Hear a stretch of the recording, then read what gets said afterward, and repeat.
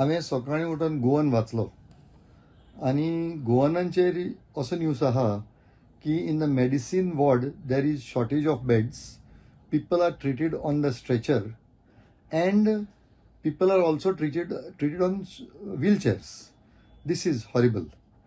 He further says that people are sent home because there are no beds. Now, to my mind, there are floors vacant up which are not used. The district hospital was built as a hospital.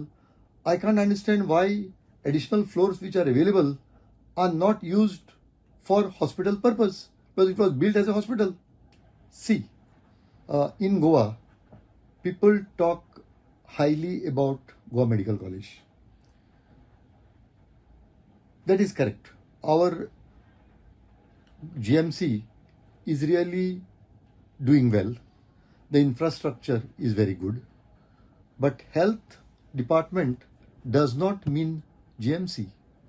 Our primary health centers, community health centers, and district hospital are not well equipped, and there are no doctors. Because there are no doctors, people come to district hospital, and because there are no facilities, people go to GMC. Why should this happen? All over Goa, we have put up huge primary health centers. There is a huge district hospital where there are no proper medical professionals.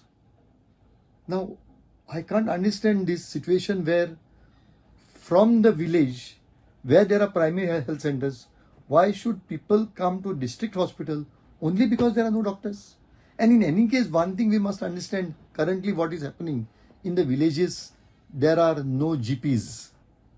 And GPs are very less in number.